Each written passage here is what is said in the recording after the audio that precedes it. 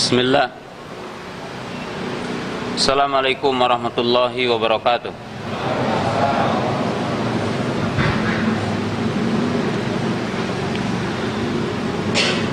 Alhamdulillah hamdan katsiran thayyiban mubarakan fi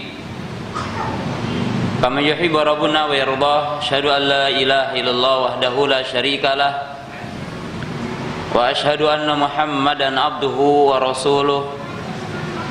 Wassalatu wassalamu ala Rasulillah wa ala alihi wa ashabihi wa man tabi'ahum bi ihsanin ila yaumiddin. Ya ayyuhalladzina amanu taqullaha haqqa tuqatih wa la tamutunna illa wa antum muslimun. I'lamu rahimakumullah fa inna khairal hadithi kitabullah wa khairal hadi hadi Muhammad sallallahu alaihi wasallam wa syarrul umuri muhdatsatuha wa kullu muhdatsatin bidah wa kullu bid'atin dhalalah wa kullu dhalalatin finnar. Ma'asyiral muslimin, para jamaah, para penuntut ilmu yang dirahmati Allah Subhanahu wa taala. Alhamdulillah pada kesempatan sore yang berbahagia ini kita dapat berkumpul di majelis yang mulia ini, di tempat yang mulia ini, dalam rangka silaturahmi, thalabul ilmi. Demikian juga tadi sudah disampaikan dalam sebuah acara untuk menjalin hubungan, mengenal sekilas tentang sebuah lembaga, yayasan dan pendidikan. Tadi sudah disebutkan dengan singkatan YUSNA, Yayasan Uswatun Hasanah. Dan diakhiri dengan tentu kita buka bersama pada kesempatan sore hari ini. Dan alhamdulillah kita telah memasuki hari yang ke-19 ya dari bulan Ramadan ini, dari bulan yang penuh dengan maghfirah, penuh dengan rahmah. Dan pada kesempatan sore hari ini saya juga diminta untuk memberikan tausiah di kesempatan sore yang berbahagia ini. Dan tausiah pada kesempatan sore hari ini adalah berkaitan dengan Al-Quran, di mana kita juga mengetahui bulan Ramadan adalah bulan diturunkannya Al-Quran, sebagaimana disebutkan dalam 3 ayat, Syahrul Ramadan alladzi unzila fihil Quran hudal linnasi wa bayyinatin minal huda wal furqan. Allah berfirman dalam ayat yang lain, inna anzalnahu fi lailatin mubarakah, inna anzalnahu fi lailatul qadar. Dan ayat yang semana dengan ini, bahwa kita mengetahui Al-Quran diturunkan pada bulan Ramadan, sebagaimana juga awal turunnya ayat itu Iqra bismi rabbikal ladzi khalaq, itu terjadi pada bulan Ramadan. Dan malam Lailatul Qadar juga terjadi pada bulan Ramadan. Dan malam yang penuh dengan berkah juga, yang paling intinya adalah pada bulan Ramadan, itu pada malam Lailatul Qadar. Hanya pada kesempatan sore hari ini saya ingin menjelaskan tentang akidah Ahlus Sunnah fil Quran, yaitu saya ingin menjelaskan tentang prinsip-prinsip pokok tentang akidah Ahlus Sunnah terhadap Al-Quran. Tentunya sesuatu yang kita tidak ingkari, bahwa setiap mukmin, setiap muslim, terlebih yang hadir di tempat yang berbahagia ini, baik para bapak, para jamaah ataupun para ummahat, kaum muslimah meyakini tentang Al-Quran adalah sebagai wahyu yang Allah Ta'ala turunkan ke muka bumi ini melalui Jibril alaihissalam yang disampaikan kepada Nabi kita Muhammad sallallahu alaihi wasallam sebagai syariat bagi kita semua. Tetapi mungkin banyak hal yang kita tidak ketahui tentang apa yang semestinya kita yakini tentang Al-Quran ini. Apa yang semestinya kita tahu tentang Al-Quran ini. Maka dalam kesempatan sore hari ini saya ingin menjelaskan dalam kalimat yang singkat ini, ya tidak akan lebih dari setengah jam. Saya ingin menjelaskan tentang apa yang semestinya diyakini oleh setiap mukmin tentang Al-Quran ini. Poin yang pertama, pelajaran yang pertama yang harus diketahui oleh setiap mukmin tentang Quran, annal Qur'ana kalamullahi ghairu makhluk. Di antara keyakinan yang wajib diyakini oleh setiap mukmin terhadap Al-Quran, bahwa Al-Quran adalah kalam Allah, bukan makhluk.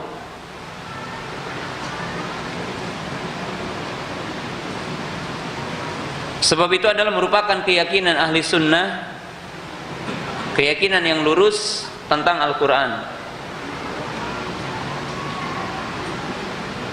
Berbeda dengan keyakinan kelompok-kelompok yang menyimpang seperti kaum Jahmiyah dan orang-orang Mu'tazilah dari ahlul kalam yang mengatakan Quran adalah makhluk.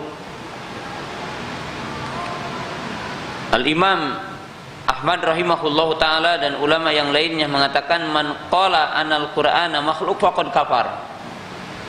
Siapa yang mengatakan Quran adalah makhluk, maka sesungguhnya ia telah kafir. Adapun dalil yang menunjukkan bahwa Al-Quran adalah kalamullah, pertama adalah ayat yang terdapat dalam surah At-Taubah ayat 6. Wa in ahadum minal musyrikin istajaraka fa ajirhu hatta yasma'a kalamullah.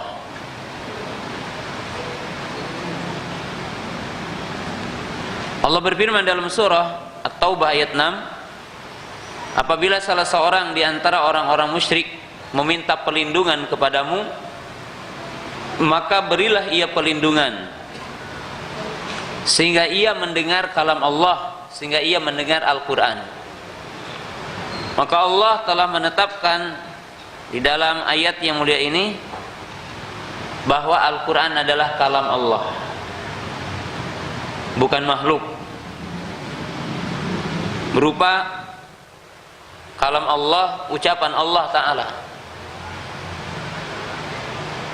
Sebagaimana juga dijelaskan dalam surah Al-Baqarah, itu ayat 75, Allah berfirman, waqad kana fariqum minhum yasma'una kalamallah thumma yuharrifunahu min ba'di ma aqaluhu wa hum ya'lamun.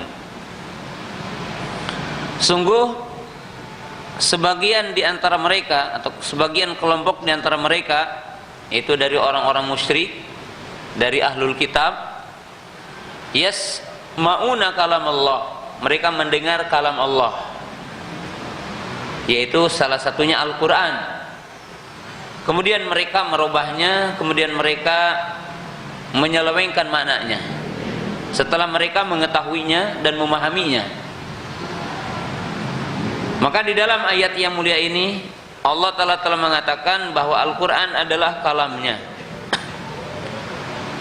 Dan demikian juga dinyatakan dalam surah Al-Kahfi ayat 27, watlu ma uhiya ilaika min kitabi rabbik la mubaddila li kalimatih. Telah diwahyukan kepadamu kitab dari Rabbmu, yaitu Al-Quran. La mubaddila li kalimatih, yang tidak ada orang yang akan mampu merubah kalam Allah. 3 ayat ini menunjukkan bahwa Al-Quran adalah sebagai kalam Allah, bukan makhluk. Adapun di dalam hadis di mana Rasulullah SAW mengajarkan sebagaimana juga menganjurkan berlindung dengan kalam Allah. Sebagaimana di dalam hadis, mu'idu bi kalimatillahi tamah, aku berlindung dengan kalimat Allah, dengan kalam Allah yang sempurna. Itu salah satunya dengan Al-Quran, menunjukkan bahwa kalam Allah bukan makhluk, tetapi bagian dari antara sifat-sifat Allah. Sebab tidak mungkin kita berlindung dengan makhluk, karena berlindung kepada makhluk hukumnya syirik, murtad an dinil Islam, yang bisa menyebabkan orang keluar dari Islam. Dan telah terjadi kesepakatan para ulama bahwa Al-Quran adalah kalamullah, sebagai kalam Allah. Sebagaimana dalam ucapan Imam Sufyan ibn Uyainah, as-sunnatu asyaratun faman kunna fihi faqad istaqnala sunnah wa man taraka syai'an minha faqad taraka sunnah. Isbatul qadari wa taqdim Abi Bakrin wa Umar wal Qur'an kalamullahi ghairu makhluk. Sebagaimana dalam ucapan Imam Sufyan ibn Uyainah, beliau mengatakan sunnah ada 10. Artinya pokok-pokok sunnah ada 10. Di antara pokok-pokok akidah ahli sunnah ada 10. Yang pertama, beriman kepada takdir. Yang kedua, mendahulukan Abu Bakar dan Umar dari kedudukan Ali radhiyallahu taala anhu, dan mengatakan Quran kalam Allah, bukan makhluk.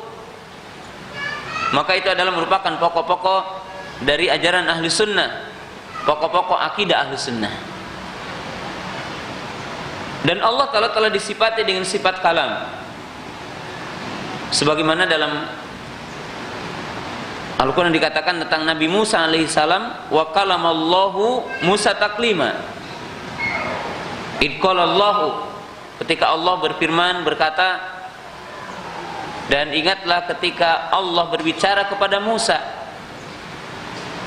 Tetapi tentunya sifat kalam Allah berbeda dengan sifat makhluknya. Ini adalah poin yang pertama yang wajib diyakini oleh setiap mukmin, mengatakan Al-Quran adalah kalam Allah. Dan berbicara tentang Al-Quran kalam Allah itu sangat penting. Kenapa? Karena punya konsekuensi yang berbeda antara yang mengatakan Quran kalam Allah dengan yang mengatakan Quran makhluk. Salah satunya, orang yang mengatakan Al-Quran adalah kalam Allah, maka ia akan memuliakan Al-Quran dari sisi membacanya, dari sisi mengamalkan isinya, dari sisi meletakkan adab bagaimana dengan Quran. Karena Al-Quran adalah kalam Allah, maka tidak boleh disamakan dengan kalam yang lainnya. Ahli sunnah mengajarkan meletakkan Quran, tidak boleh meletakkan Quran di atas barang yang lain. Kalau kita meletakkan Al-Quran, ya diletakkan di tempat yang paling tinggi. Kemudian adab membaca Al-Quran adalah kita berwudu. Bahkan sebagian para ulama disunahkan juga menghadap kiblat, walaupun tidak wajib. Sementara orang yang mengatakan Quran makhluk, maka mungkin juga akan punya konsekuensi yang sangat berbahaya. Sehingga ada di sebuah perguruan tinggi Islam yang sengaja menginjak Al-Quran. Kenapa? Sebab Quran katanya makhluk, ya biasa seperti yang lainnya. Menginjak karpet, menginjak tembok tidak apa-apa, karena makhluk. Sehingga mereka menyepelekan Al-Quran. Maka ini adalah merupakan prinsip. Bahkan para ulama telah mengatakan man qara anal Qur'an makhluk wa qad kafar. Siapa yang mengatakan Quran adalah makhluk, maka dia telah kafir. Maka ini adalah prinsip yang pertama. Prinsip yang kedua tentang Al-Quran yang wajib diyakini oleh setiap mukmin dan tidak boleh ada keraguan dalam hati kita bahwa Al-Quran ini dijaga keautentikannya, dijaga keasliannya, dijaga keutuhannya.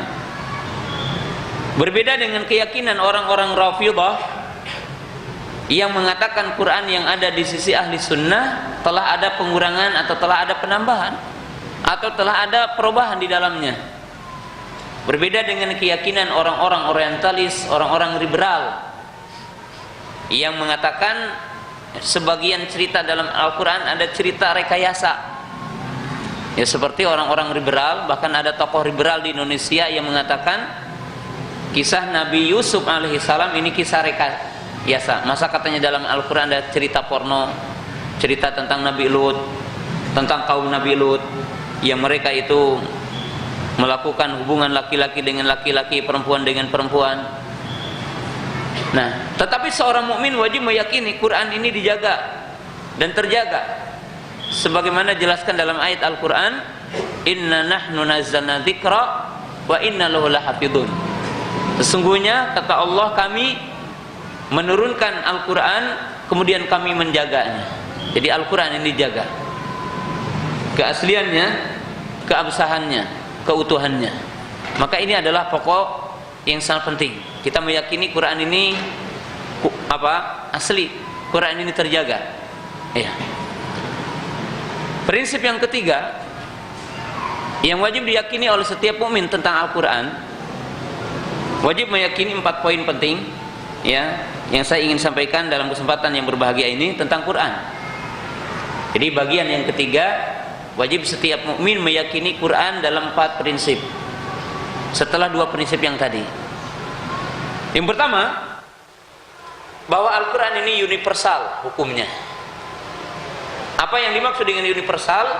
Bahwa Quran ini untuk seluruh makhluk yang ada di muka bumi ini, untuk seluruh manusia yang ada di muka bumi ini.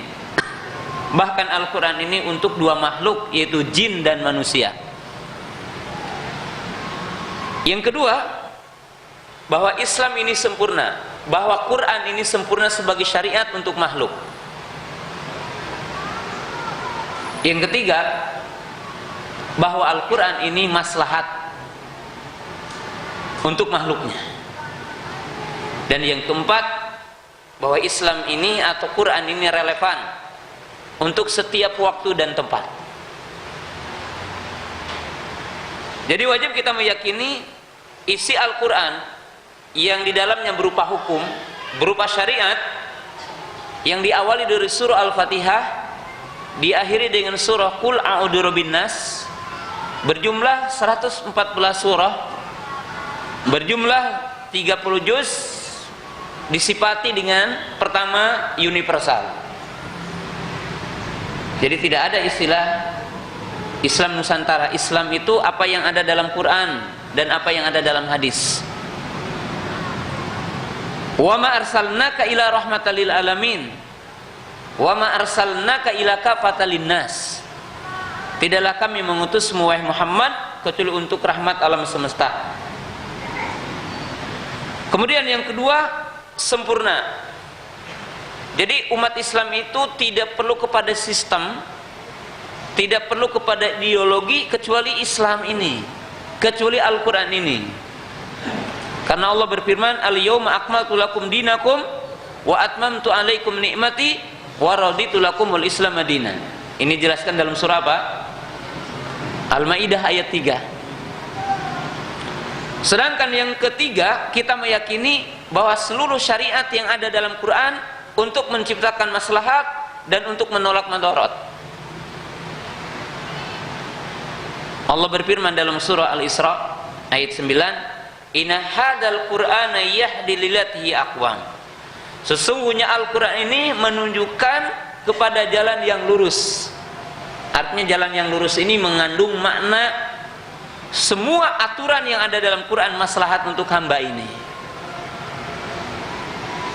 yang berkaitan dengan ekonominya, yang berkaitan dengan bagaimana muamalahnya, yang berkaitan dengan cara bernegaranya, yang berkaitan dengan cara hubungan suami istri pernikahan, dalam setiap aspek kehidupan maslahat untuk hambanya.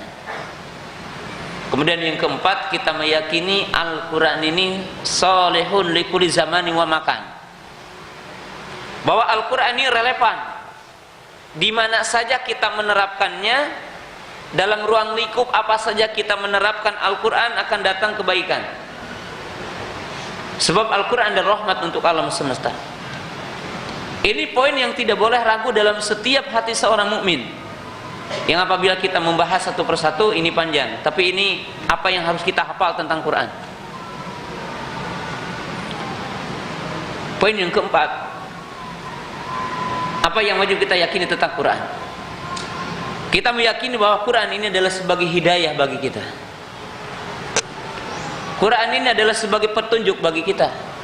Maaf Pak, para ibu, Quran ini bukan sebagai cerita ataupun buku dongeng. Quran ini adalah bukan buku astronomi. Quran ini adalah bukan buku kesehatan. Quran ini adalah bukan buku fisika. Quran ini adalah bukan buku biologi. Walaupun mungkin para ahli terkadang mendapatkan mujizat dari Al-Quran. Jika orang berbicara tentang astronomi, maka dia mendapatkan ayat-ayat yang sejalan dengan penemuannya.